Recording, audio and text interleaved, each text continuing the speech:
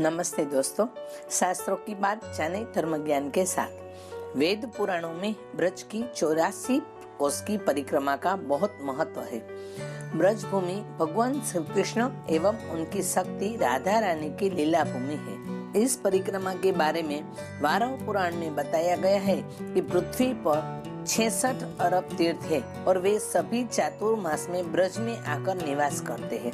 ब्रज 84 कोस की परिक्रमा मथुरा के अलावा राजस्थान और हरियाणा के होडल जिले के गांवों से होकर गुजरती है। परिक्रमा मार्ग में परिक्रमार्थियों के विश्राम के लिए 25 पड़ाव स्थल है। इस पूरी परिक्रमा में करीब 1300 के आसपास गांव पड़ते हैं। कृष्ण की लीलाओं से जुड़े 1100 सरोवरे, 36 वन उपवन, पहाड़ पर्वत पड़ते हैं। बाल कृष्ण की लीलाओं के साक्षी उन स्थल और देवालयों के दर्शन भी परिक्रमार्थियों करते हैं, जिनके दर्शन शायद पहले ही कभी किए हो।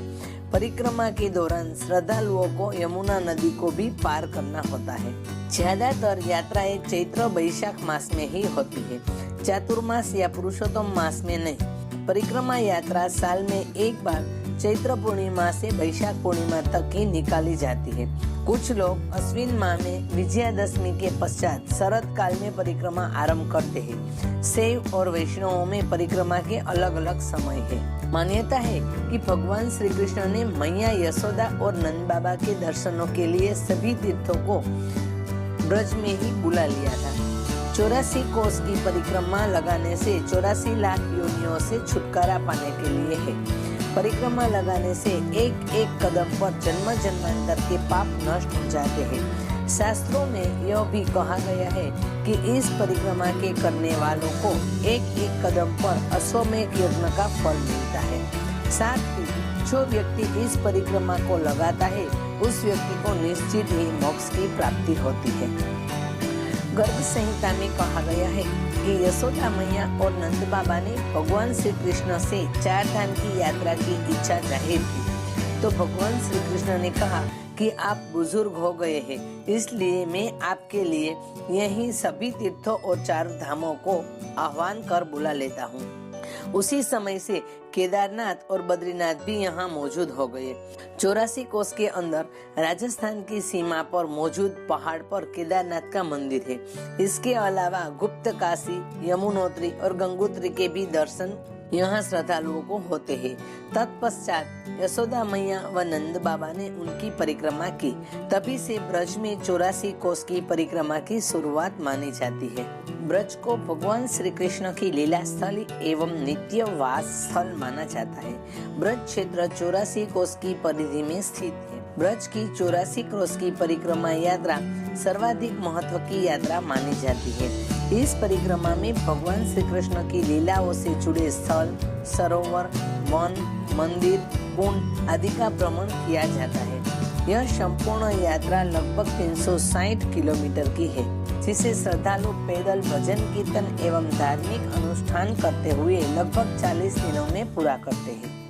मथुरा से 25 किलोमीटर की दूरी पर गोवर्धन पर्वत स्थित है। पौराणिक कथा के अनुसार भगवान श्री कृष्ण ने ब्रजवासियों को देवता के राजा इंद्र के कोप से होने वाली भीषण वर्षा व तूफान से बचाने के लिए इस पर्वत गिरिराज को अपनी कनिष्ठ उंगली पर 7 दिन तक उठाए रखा था।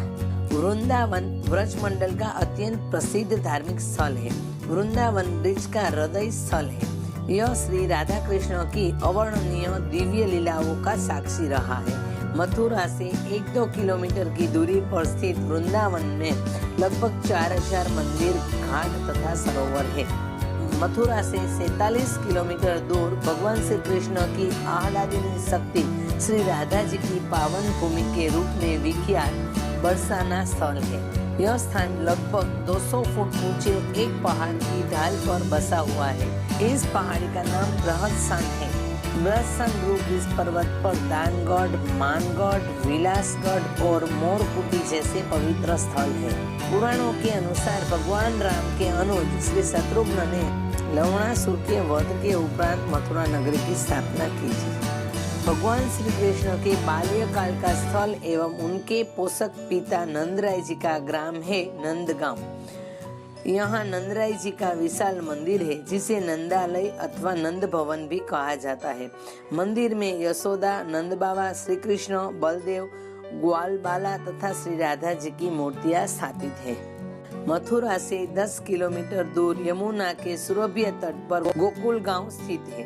पुराणों के अनुसार कंस के कारागार में जन्म लेते ही वसुदेव शिशु कृष्ण को कंस से छिपाकर यमुना के पार गोकुल छोड़ आए थे। यहाँ उनका बाल्यकाल व्यतीत हुआ था। मथुरा से 20 किलोमीटर की दूरी पर स्थित बलदेव कस्बा श्री कृष्ण के बड़े भाई बलराम जी का स्थान माना जाता है। यहाँ श्री बलदेव जी का विशाल मंदिर है।